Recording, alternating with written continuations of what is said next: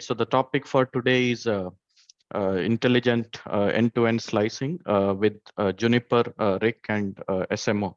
So just to, as Richard said, so my name is Vivekanand Shenoy, and I currently work at Juniper Networks, and I'm based out of Dubai in UAE, right?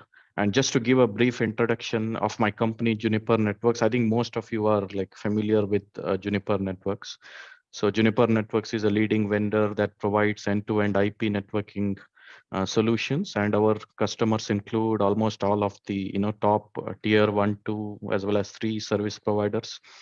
Uh, Majority of the cloud hyperscalers and cloud providers, and we also like have a large growing list of customers across enterprise, government, healthcare, education, and other domains.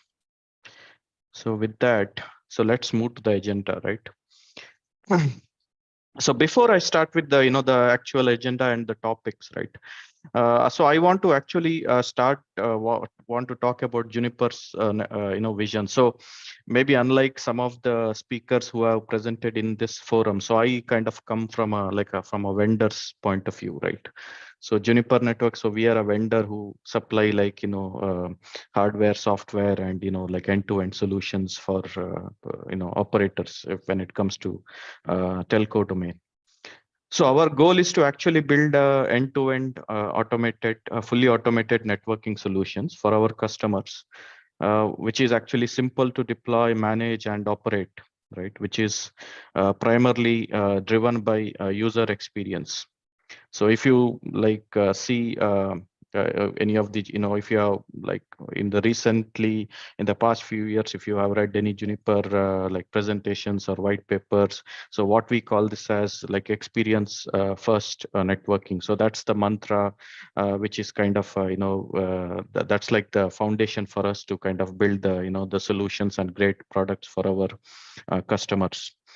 And this is something we are also trying to achieve in the case of telco, cloud, ORAN use cases with our RAN intelligent controller and end-to-end, slice orchestration offerings. So we started actually working on RIC. Just to give some background, we actually started working on our RIC around 3 years ago, when we actually acquired strategic assets and people from a company known as Netsia, uh, and actually started building on top of the RIC solution that they had already built, and also start integrating into other existing Juniper products. So actually the Netsia team, actually they were the pioneers in the RIC development of the RIC, right, technology with their RIC solution. And actually they had implementation even before ORAN Alliance actually had defined, or they had like defined the RIC specifications.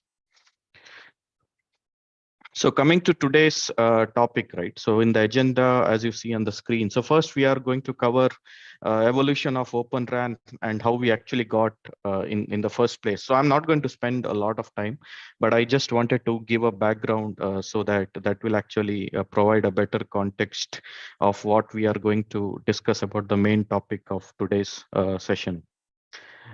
Next, actually, we will delve a bit deeper into the RAN intelligent controller, specifically the Juniper RIC solution, its architecture, solutions, and we will also discuss some of the use cases. So we actually support like a whole suite of use cases, but we will, for this session, I'm going to focus on 2 or 3 key use cases.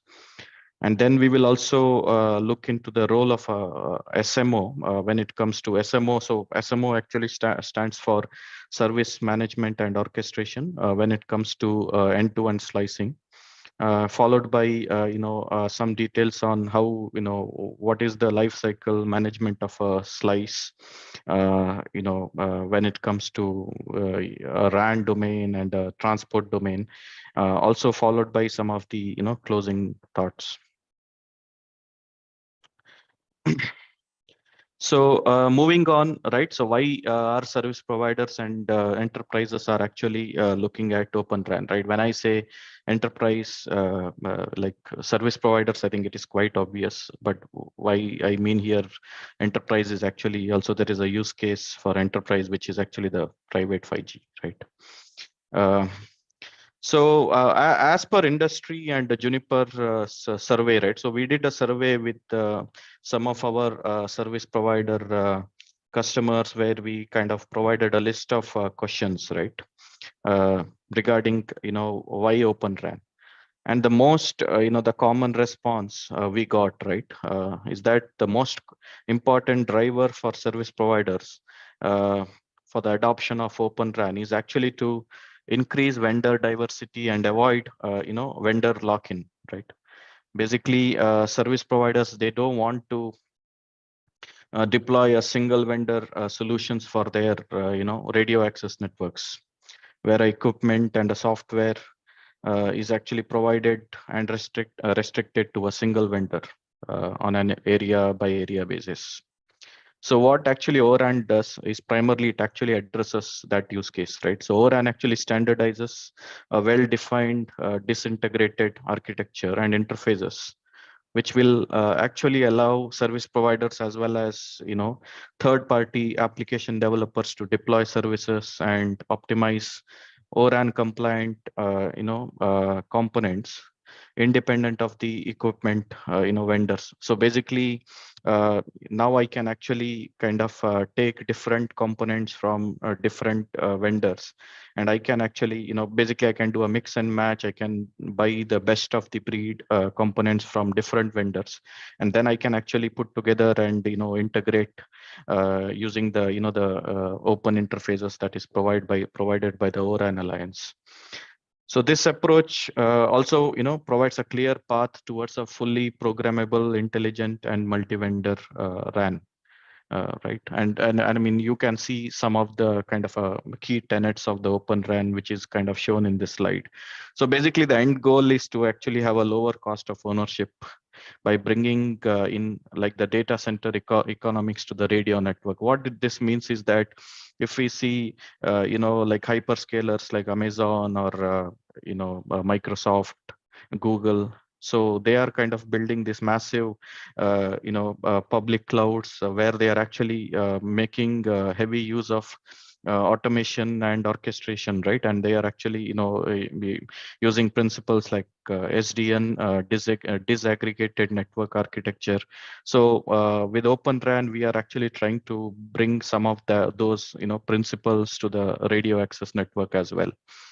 So what actually this results in, is basically faster time to market, and also to foster an ecosystem for innovation, right? Both among telcos as well as the vendors.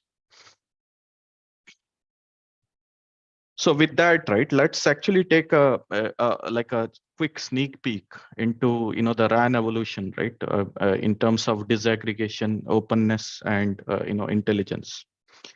So if we see here, right, so this first picture actually shows a typical LTE-based DRAN or a distributed RAN deployment that actually you see here in this slide. So Richard, is there a better pointer I can use here, or, is this visible? Yeah, maybe you need to use the pointer on the PowerPoint. You can see that on the left icon. Is this one? Sorry, Or maybe you can use the annotate. Go to the zoom on the upper portion of your screen. You can see the view. Okay. Annotate, and you can use this arrow or so it will become bigger. Okay, I may need to restart if I do this. Okay, Yeah. let me continue. I think as long as this is visible, I think we can continue. I hope this is okay. All right. So you see, right? So in this picture actually shows a typical LTE-based DRAN network, right? Where you see, so you have this baseband unit and the remote radio head, which is typically located at the bottom of a cell tower or at the cell site, right? And and typically this whole baseband unit and the radio, remote radio head and the antenna. So these all actually kind of comes from a single provider, right? So that's what I was describing in the previous slide as the pain point that telco service providers are actually trying to address. And this baseband unit actually connects to the packet core, which you see here at the top using IP-based backhaul. And then, so what this evolved was that, so the next step in this evolution was kind of to take this baseband unit, instead of having them at each of the cell tower. So you kind of put it at a edge data center, or what is also known as a BBU hotel, right?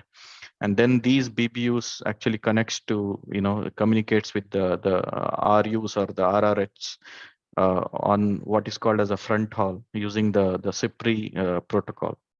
So this architecture actually is known as, centralized RAN. So here there is, the RAN solution still comes from a single vendor, and this is still hardware based. But just that now, instead of deploying this on every radio, every cell site, actually this is sort of centralized, right? So I can make use of some resource pooling here. And the next step of evolution was, this is, towards the first decade of this century, right? As virtualization and virtualization architectures evolved, where the idea was to deploy the the BBU software components in a virtualized form factor on off-the-shelf commodity x86 servers, typically on top of some kind of virtualization technology such as OpenStack or VMware. So this actually kind of provided an advantage as compared to the DRAN, or what we saw in the previous case, right? Where basically now we can one can make use of the the resource pooling, the elasticity, because now basically I can actually put a set of servers, and since the software is virtualized, right, so I can kind of easily scale up, scale down, right, and I can also share these resources, right. Then the next step of evolution, right? So this is where actually the real kind of the change happened, right? And this is where the Open RAN actually kind of plays a big role. So now the BBU is further kind of divided into or disaggregated into different components, right? So as you see here, so the BPU which you see in the previous diagram, so now it is kind of split into two separate components, which is known as the distributed unit and the central unit. The distributed unit is actually something that is like located very close to the cell site because of the latency considerations, and the central unit is something that you can deploy in regional data centers, right? So the centralized unit is something that can cater a multiple number of VDUs. And the centralized unit and the distributed unit actually connects to each other using 3GPP defined like an interface, which is actually called as F1. And this is actually on top of a IP-based network, which is actually now in this case, it is actually known as the mid-haul. So the backhaul is from the 5G or the 4G core to the central unit, and from the central unit to the distributed unit, we now call it as the mid haul. And from the VDU to the radio unit to the cell site, so that part of the network is known as the front haul, or more specifically open front haul in the case of ORAN. And this actually runs on top of what is known as as enhanced CIPRI or eCIPRI. And here is where we bring in the the intelligence to the network, right? With in the case of Open RAN. So now, so what we introduce here is actually what we call as the RIC, right? So So RIC is the, so RIC brings in intelligence, agility, and programmability to the RAN. And this is something we are going to look in more detail in the upcoming slides.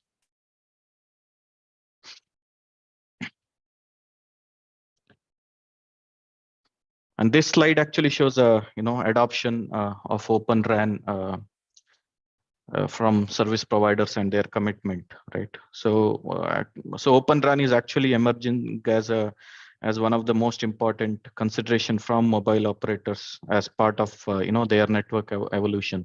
So this study, or what you see here in this slide, so this is actually sort of a study or a kind of a publish from the Dell'Oro Group, which kind of shows that the Open RAN is actually now projected to account for close to 15 to 20% of the global RAN market by 2027. That actually roughly kind of accounts to 30 plus mobile operators serving 4.5 billion subscribers, like around close to that mark. And also all the major service providers are actually exploring or trialing Open RAN in their network as we speak, and some of those names are mentioned here. For example, if you take the three vendors mentioned in the last row, Rakuten, Dish, and 1&1. So these so they have actually deployed a greenfield 5G network that is like fully cloud native and 100% Open RAN.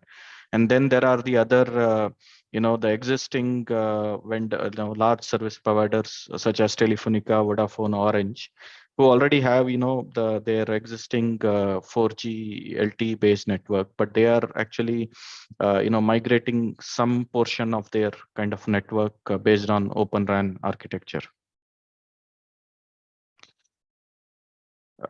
So the next topic, right? So before, like I want to basically, the idea here is that I want to kind of want to set a stage, right, before we go deep into each of these topics, right? So what is the purpose and why we need these things, like in this slide what you see, the slicing, right? So what is slicing and why do we need that? So if you see in the slide, right, so in the case of 4G LTE, so the architecture was actually built for a one size fits all approach, because majority of the traffic in the case of 4G was actually internet access for the mobile users. The only exception was in the case of 4G, the telcos also provided the voice services to their mobile customers using voice over LTE technology by having a IMS or internet multimedia service as part of their LTE core. With the introduction of 5G networks, right, which kind of brought in the the rapid speed, the low latency transmissions, and the ability to connect huge number of devices, right, by by increasing the coverage area. So this kind of became a game changers in terms of how new services can be delivered by telcos to their customers. Right. So with 5G, now we are not just restricted to internet access or voice, right? So, but there are other use cases that is being defined, such as the industrial automation, self-driving cars, healthcare, or even education, online gaming, so on and so forth.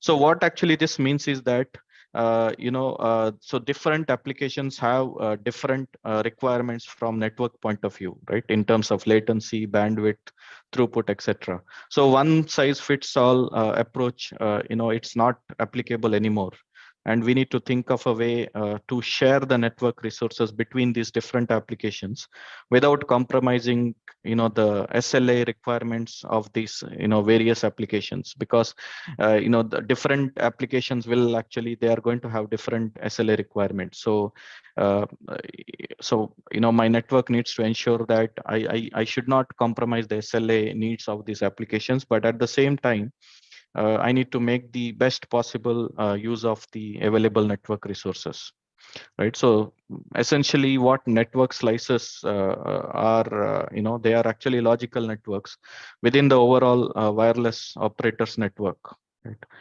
So the implementation of slicing is actually end to end. So So when we talk about slice, so it actually, so the slice is not just limited to, like the transport network or the cloud. So it actually consists of the air interface, right, where how the UE connects to the, the radio antenna, and the RAN, the radio access network itself, the core network, as well as the transport network and the, the telco cloud. And each slice is actually used for a specific set of applications or services with similar performance characteristics, right? Essentially, a slice actually gets mapped to a type of application. And in order to achieve this, we need an automation in place, right, which can do the end-to-end orchestration and management of these slices. And this is where RIC and SMO plays a major role. And also, if you see this chart, right, so based on the market study done by Telecom Infra Project, or the TIP, right, so the network slicing market is actually expected to grow rapidly over the next few years. And this actually provides significant growth opportunities for the telcos to realize the true potential of 5G. And over the next few years, the deployment of slicing use cases using RIC and SMO is actually expected to gain, major traction, right? Or the best is actually yet to come.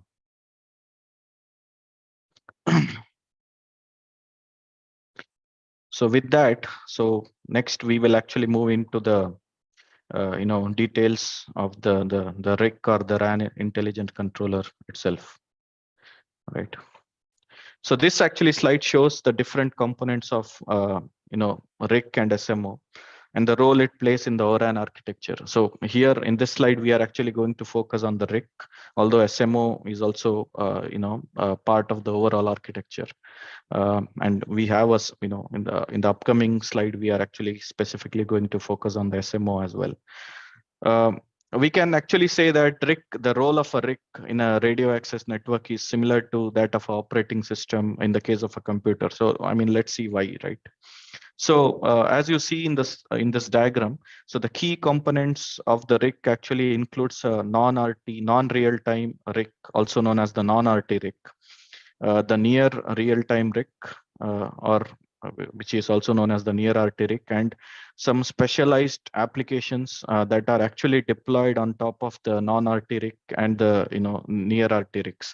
So the applications that is actually deployed on the top of a non-RT RIC is actually known as RApps, and the near RT RIC is actually known as XApps. Right. So actually, all these green boxes, what you see here, the light green boxes. So these are actually, so Juniper has these products today, right? So our RIC is actually commercially available. We are already doing trial with several customers. We also have like a deployment with some customers, although I cannot kind of go through the names of all those customers, but there are public references available on the internet. And as well as we also have partnerships with other vendors, because our RIC is actually fully ORAN compliant. We can actually easily interop with components from other ORAN vendors, including RApps and XApps from other providers who can actually write those, right? So just coming back to the architecture, right? So the non-RT RIC or RIC, right, or the non-RT RAN intelligent controller. So the primary goal of this is actually to support the intelligent RAN optimization by providing policy-based guidance and enrichment information, right, based on the AI/ML models. So although it's actually not kind of shown here, so actually you can, in addition to what you see here, you can actually feed in external information or enrichment data to the to the RIC. Like it could be something like, say, a weather information, or it could be like a some kind of a population density data that you can kind of fetch from a government, some website, right? And there are some AI ML models which kind of takes this data and they kind of come up with some inferences, right? And that is kind of fed into the non-RT RIC. And what non-RT RIC does is that it kind of takes that information and it also collects the information from the radio access network components, and then it kind of comes up with like a policy and a configuration data, which actually it passes on to the near RT RIC on using what is known as a A1 interface, as you see in this diagram, right? So the A1 interface is actually it's actually defined by the O-RAN Alliance. So the information that is passed on the A1 interface is actually it's like something like it's similar to like a JSON based configuration and policy data, right? So the near RT RIC actually gets this information from the non-RT RIC. So what it actually does is that, so the near RT RIC is actually responsible for the fast loop control of the RAN network functions using, so actually the near RT RIC talks to the RAN components such as OCU and the ODU using what is known as a E2 communication channel. So in the case of in this architecture, the OCU and ODU, so these are actually referred as E2 nodes, and E2 is the the communication protocol that is used between the near RT RAN intelligent controller and these E2 nodes. And based on the data the near RT RIC receives from the non-RT RIC, as well as the the computations that is done by the XApps, what the near RT RIC actually does is that it actually on the E2 interface, it will control and it will try to optimize the the state of the RAN network, right, by passing on this information to the ODU and the OCU, basically to achieve optimization of the radio network. And these optimizations can include controlling of certain parameters, like you can change the PRBs, right, the what we call as the physical resource blocks, which essentially what it means is the amount of data that the UEs can actually send through the channel that's allocated to that. Or you can actually control the PDU sessions per slice or per UE. You can change other parameters, something like you can change the beam forming, you can control the transmit power on the antenna to kind of provide better coverage for, like, say, users who are inside buildings or inside subway stations. So this is actually very similar to how computer operating system schedules the compute resources among software programs. Right. The changes actually, so the changes executed by the near RT RIC is actually done in a very fast interval, right? And typically in the range of 10 millisecond to 1 second, right? And that it's actually kind of known as the E2 control loop, as you see in this diagram. Compared to that, the non-RT RIC is actually, it works in a slightly slower mode, right? And typically, so the non-RT RIC control loop is more than a second. And hence the name, right? So the non-RT and the near RT, it's actually the names are actually, they come from that, the time interval at which they kind of, makes the changes in the network.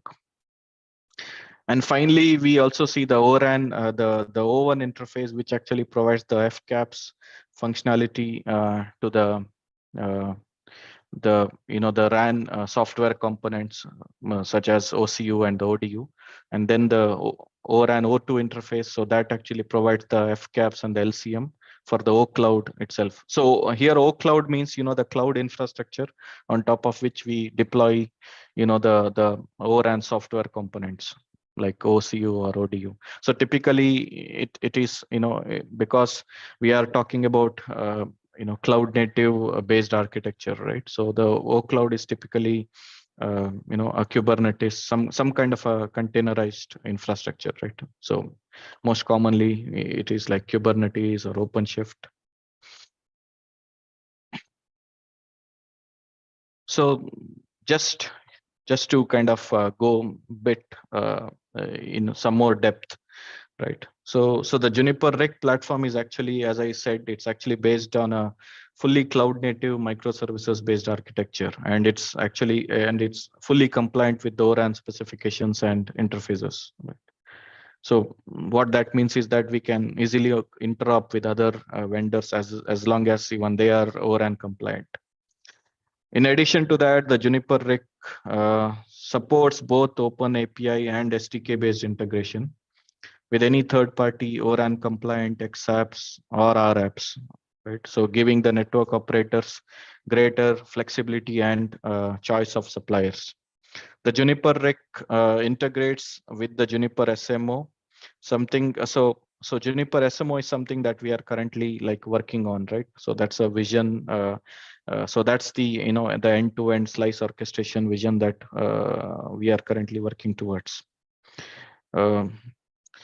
So Juniper's approach is actually designed to simplify the application portability, giving developers and customers, basically more options. So when developing XApps or RApps for the RIC, so developers actually can choose. So they can either choose to use network-based API, which like eliminates compile time dependencies, or we also supply SDK-based APIs to the to third-party developers who are interested in developing RApps or XApps.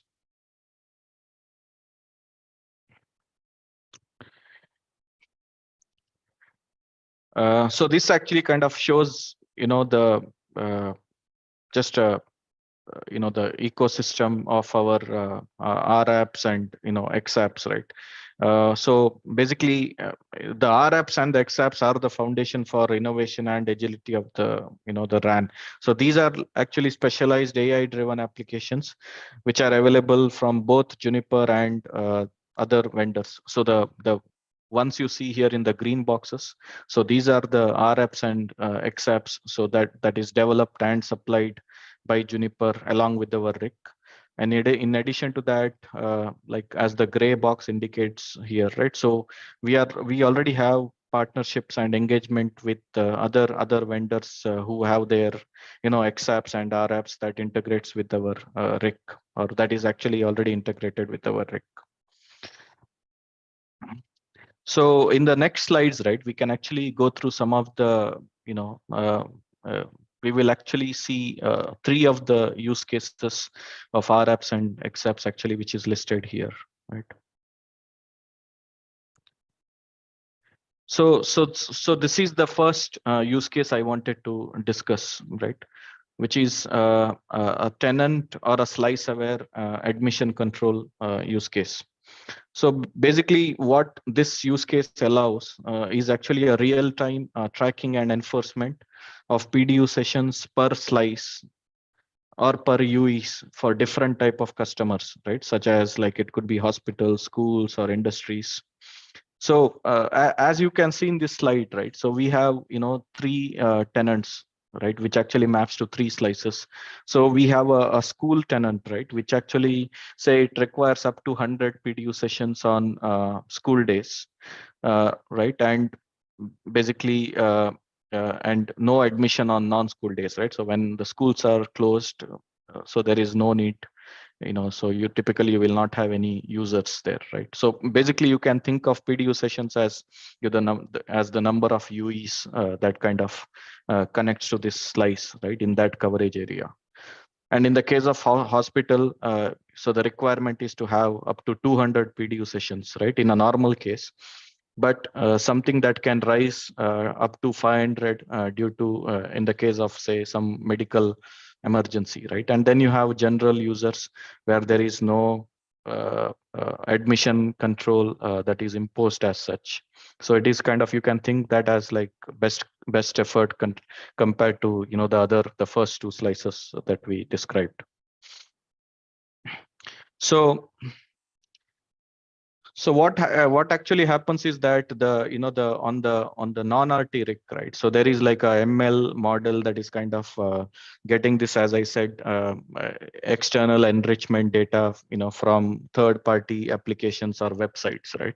For example, here we described about hospital, right? So uh, uh, s- uh, s- we said that in the case of emergency, the number of PDU sessions actually can go up to 500. So like, how do you know, when you have the emergency, right? So basically, so the external, that enrichment component, which is part of the non-RT rig or the SMO, so that can actually get this data from some, the government medical agency or kind of website, correct? And based on the current state of the network, basically based on how many users are already connected per slice, and based on the external information that is received, so the non-RT rig actually computes the tenant or slice aware admission control policy, and on that, through using that A1 interface, it actually passes that information to the near RT rig, right? And then what the near RT rig does is that it actually then goes and configures the radio access network components to actually enforce that admission control, right, using the E2 interface. And then there is like a continuous feedback, because once you make the change, then you need to, you have to continuously monitor these slices so that the SLAs are not violated and they are within limits. And that is what you see here in the in that step 4. So using the O1 interface, so the non-RT rig actually gets that, all the telemetry and the monitoring data, so that the this admission control SLAs are maintained on a continuous basis.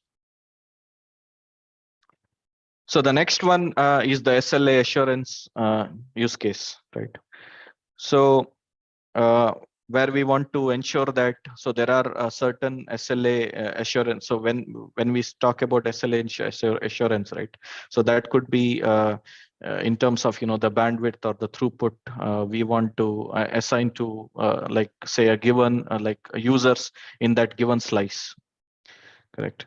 So let's see how that is actually ensured using the SLA assurance RAP and XAPPs, right?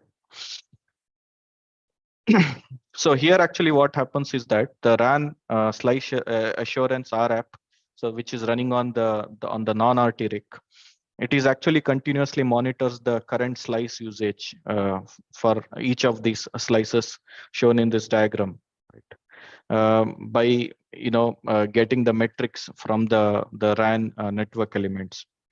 And if it detects a slice, if it detects a SLA violation, what it actually does is that it will immediately initiates a corrective action by making the appropriate, uh, sorry,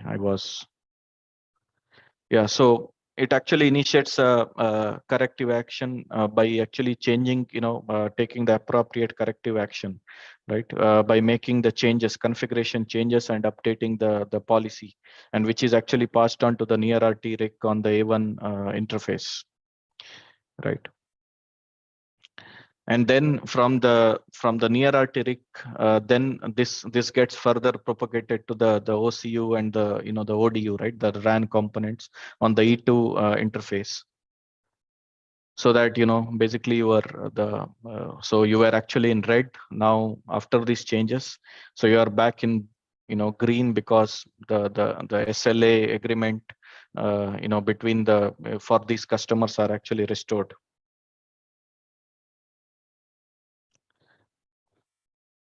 And the last use case is actually on is about the energy savings. So there are different ways of ways, or there are different scenarios for energy saving use case, but I am just going to discuss about one of the use cases, right? So what you see in this slide, right? So this kind of shows a typical deployment, in a busy area, right? So this could be like an office campus or a central business district, where you have the density of the population density or the number of people in these areas, they will be more compared to a normal residential areas. So in these scenarios, right, it's very typical for a telco service provider to deploy what is called as a booster cell, right? So this booster cell actually it may be, it may have more capacity compared to a normal, a cell tower, right? So that it can provide better coverage compared to normal other cell sites. So in a during the daytime, right? So during the daytime, you have people working at the office, or you have people who are like roaming in this business district. So it's perfect to have the booster cell providing that additional coverage, right? So but what happens during the night time, you will actually either have very less people, right, or you may have no people, right? So it's very inefficient to still have this booster cell still it's operating in a normal way, right? So actually I can go and kind of turn this off, correct, and I can actually move these users to other cell towers. And that's exactly what happens in this case, right? The the near non-arteric, so it's actually kind of continuously getting the information from the OCU, the RAN components, right? In terms of what is the current. So assume that like currently it's like the night time, right? But you need to still ensure that you need to know how many users are still in this coverage area, right? So that is what the non-arteric gets, that information from the from the OCU and the ODU on the O1 interface. And then the using the enrichment information, right, using some external data, you also have to know what time of the day it is, right? Or it could be some special day, some festival weekend or something, where although it is night time, you may still have more people, right? So in that case, I cannot go and turn this off. So that is so that information is actually fetched from some external external data. And so once that is done, what we do is that, so now we know that it's we need to go and switch off this cell tower and move this user to the other towers. So using the A1 policy, you send that policy information to the near arteric to first you need to steer these users to other cell towers, right? So first I want to make sure that the users are actually moved to other cell towers. Otherwise you are going to cause disruption, right? And once that is done, you can actually go and turn off the booster cell.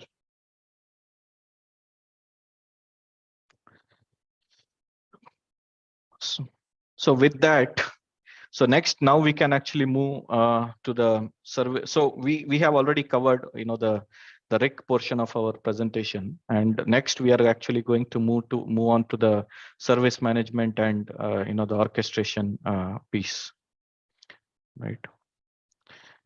So as I was describing in the in the first or the second slide, right, the introduction slide. So this is our vision, right? So this is what we are trying to build. So the network slicing as a first-class citizen. So basically, right, so the network slicing is actually is something that is end-to-end, correct? So it actually spans across multiple domains, and it actually also spans across multiple geographies or data center types, right? So it actually so so the thing is that what we want to as a what we the power that we want to give to a telco service provider is whenever a customer of that service provider, right, so they should be able to create a slice for themselves, and they should get to start using that within within hours, right, if not days.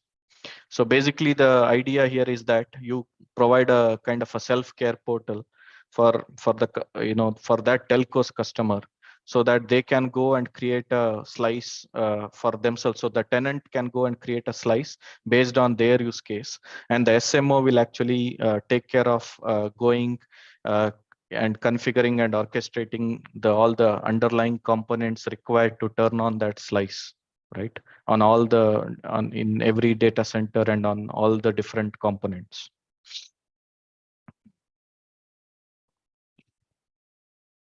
I'm sorry, actually the slide, the text, yeah, so there is some issue with the text here. So the heading is actually, there is some more to it, but you cannot see because it's actually above. So this actually shows the architecture, of the SMO vision that we are working on, right? So as I said, the SMO is it's actually multi-domain, right? So we are not talking about a single domain. So the SMO is actually made up of, the orchestration for the RAN domain, the core domain, and also the transport domain, right? Because transport is the one which actually interconnects these different other domains. Right, so what you see at the top, so there is an end-to-end service orchestration, right, which actually kind of takes that the intent from the user. So whenever a user goes and he clicks on the UI and he says he wants to create a slice, so that end-to-end service orchestration, that actually kind of takes that intent from the user, and that is actually passed on to what you see in this diagram, known as a CSMF. Which actually refers to communication service slice management function, right? And from CSMF, so there is some transformation done on this, on this user intent, and that information is actually passed on to the NSMF, which is which stands for network slice management function. So these are actually all defined in 3GPP, right? So this is not like a Juniper specific term. So these are all like standard terminologies. So what NSMF does is that it actually passes. So now what NSMF does is that, so now we know that we have to actually create a slice, say for some tenant, right, which we showed in the previous slide. And in order to create that end-to-end slice, I have to go and make I have to go and make some configuration changes, or I have to go and provision certain resources in the RAN domain.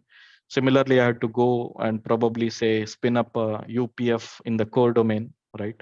And then I have to stitch all these together, right? And that is where I need to go and maybe configure certain, make some topology changes in the transport, correct?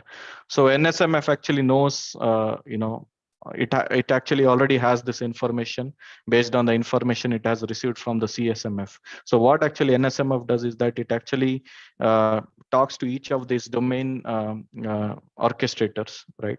And it actually passes that information, right? So that then these domain orchestrators, they can go and make the required changes in that respective domains.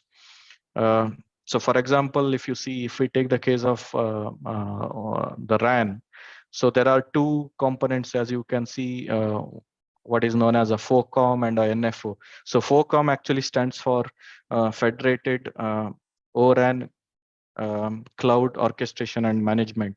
So so what actually this means is that, so why we need a FOCOM, right? So basically, when we talk about OCloud, although you see in this slide, there is a single, at the bottom, there is a single big rectangle, which is actually, we have named it as OCloud. But in reality, this OCloud actually consists of multiple data centers, right? And even within data centers, you may have multiple Kubernetes or OpenShift clusters. So FOCOM is the one, it actually has the the visibility into all these clusters. So when the RAN SMO gets a service order request from NSMF, so first what happens is that on the RAN SMO, so there is this component called as NSSMF, which actually stands for RAN network slice subnet management function. So first an instance of this actually is created in the RAN NSSMF, sorry. And once that is done, so FOCOM actually will go and it will actually trigger the provisioning or the creation of required resources on the Oak Cloud for that given data center, right? So when you create a slice, maybe that slice coverage has to be in certain, in some certain area, right? So what that means is that I have to go and provision this Oak Cloud resources in that data center, which actually corresponds to that area. And that is what the job of FOCOM is. So FOCOM actually talks to, components, what you see here as in the slide, right? IMS and DMS. So IMS stands for Infrastructure Management Service, and DMS actually stands for Deployment Management Service. And these are like agents. So these are actually residing. So they may be running on the, the operating system of that of those Oak Cloud servers as some agents, right? So the FOCOM goes, it will actually say goes and orchestrates the creation of those bare metal instances, probably installation of the operating systems, the creation of the Kubernetes clusters, and then the DMS kicks in, where the what FOCOM does is that through DMS it will now actually deploy the uh, network, the container network function instances, right? The CNFs. And once that is done, the NFO will actually go and configure those CNFs, right? So the CNF here, it could be a DU or a CU. And this is also the case for the core network domain also. For the transport, it is a bit different, because in the transport, you have to actually go and configure, probably the, the routers or switches in your network.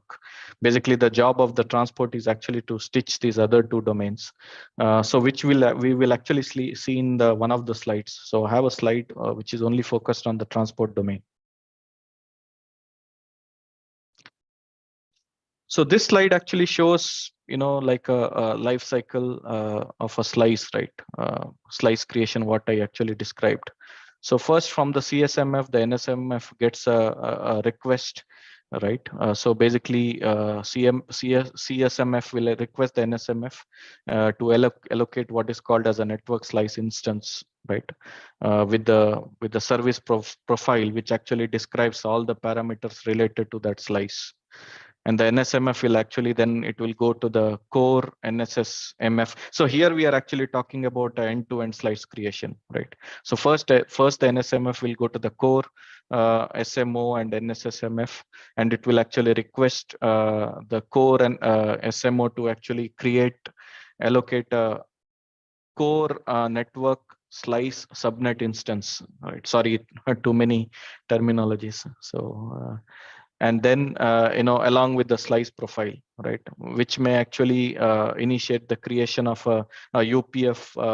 So typically when you create a slice, right, so some of these network functions may be shared among multiple slices, right?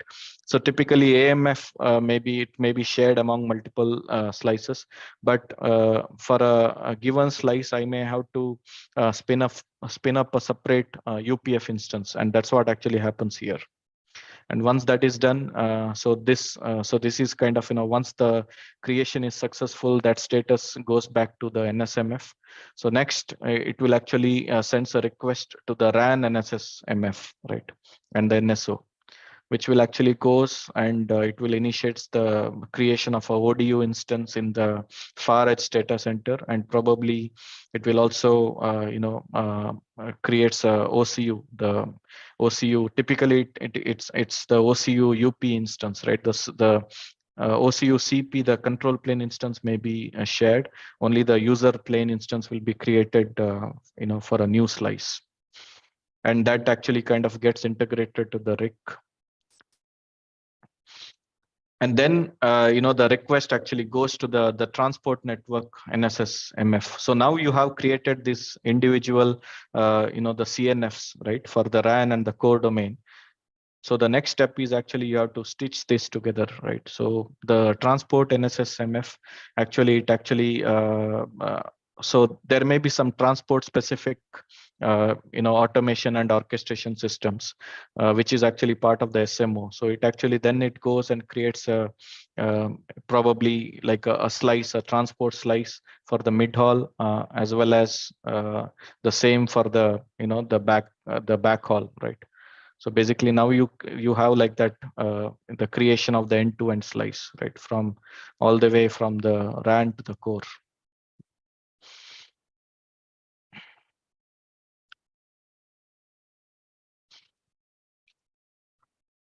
And this slide actually shows this actually focuses specifically on the transport network and the transport slice creation, right? So the end-to-end, as I said, the E2E orchestrator, it actually talks to the transport slice, the transport slice management function, right, which is actually also part of the transport SMO. So this slide is a bit Juniper specific. So Juniper, we already have a suite of products, right, which can be used to orchestrate and automate the creation and the management of slices in the transport network. So this Juniper Paragon, so this is actually a suite of products. So it actually consists of multiple components. I'm not going to go into the details of that. I'm just showing like a just abstract view here, right? So where the E2E slice orchestrator sends this API call to the transport slice controller, which is Juniper Paragon in this case, and that actually creates the the transport LSPs, or the transport paths, right, through the backhaul, right? So XHaul actually here stands for, it could be mid haul or backhaul through the XHaul transport network. So here you see that these three colored paths, right? So they are actually taking different paths through the network. And the reason for this is that because since different slices have different SLA requirements, right? So some slices you may need it may have very low latency requirements. So you need to craft a path through your transport network which has the least delay, end-to-end delay, right? And maybe there may be another path where you have the highest bandwidth requirement. So you need to look for some path which actually provides you that the maximum possible bandwidth. So all that is the job of this the transport slice controller, right? In which case this is the Juniper Paragon. So if any one of you, if you are interested, right, so this is actually like a product that has been around for a long time, and there are a lot of resources on Juniper's public website, like how we do this. And also I can share some videos later with Richard. So this is through the XHaul network. Similarly, I have to do the same inside the data center as well, right? So because there is a data center network which interconnects these servers where you deploy the CNFs, and the transport network. So we have this. So we have a data center or automation and orchestration product called as Juniper Apstra, right? So using the Juniper Apstra's API. So this actually enables the creation of the overlays in the data center, right, based on the different tenant and slice requirements. And then once you spin up these CNFs on these servers, right, so you kind of actually have an end-to-end connectivity. And that's what I was referring to the stitching in my previous slide. And this slide actually shows some of the different technologies we can use, right, to realize that the transport slice.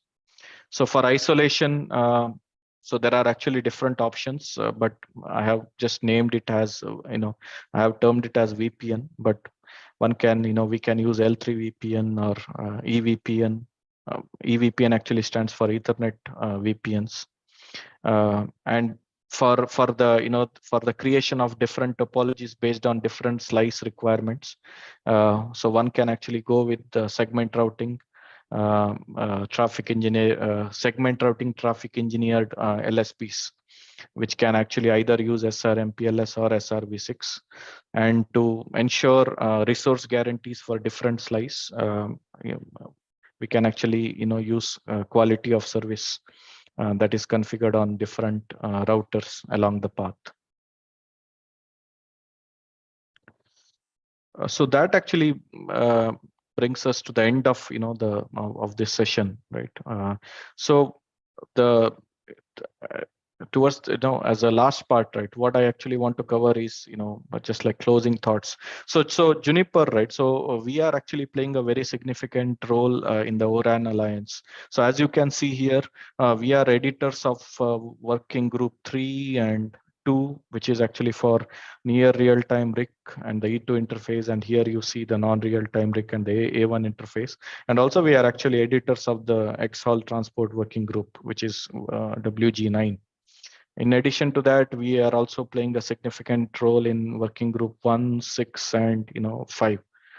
So we have a quite significant kind of a thought leadership in the ORAN Alliance. And finally, so this is all like this is all public information. So this actually talks about our partnership with Rakuten Symphony. So Rakuten Symphony they chose Juniper as the exclusive RIC partner for their Symphony, the SimWorld platform, right? So the Rakuten SimWorld platform is like their end-to-end offering for 5G, right, which consists of their OSS automation as well as the RAN offering, RAN and cloud. So their RAN actually comes from their acquisition of Altiostar, and they have their own OCloud piece, right, which they got as a result of acquisition of Robin.io. And these are some of the industrial recognitions that was received by our our RIC product, right? So we were actually the winners of this GLOMO award in the Mobile World Congress, that actually took place this year in Barcelona, and also the the winner of this Open RAN World Award, and this actually I think was in April. So as a closing thought, right? So why Juniper ORAN RIC, right? So this is just a summary of what we discussed in the previous slides, right? So first, so the Juniper RIC is open and interoperable, right? So it's multi-vendor, so we can interop with other the RAN, the RAN suppliers, right? Who provide their DUs and the CUs, and also we have integration with the third-party XApps and RApp providers. And also the Juniper RIC is, as I said, it's a fully cloud native. You can actually run on your on-premises cloud, or you can also choose to run it on a public cloud environment, like such as AWS or Google Cloud. And then we are already having engagement. We are having active engagements with multiple customers and service providers, right, all across the globe. And and we were actually rated as number 1, right, both for non-RT RIC and near RT RIC in the benchmarking that was done by some of the service providers, and this was actually 3rd year in a row. And then I have already spoken about our the role we are playing in the in the working groups, right?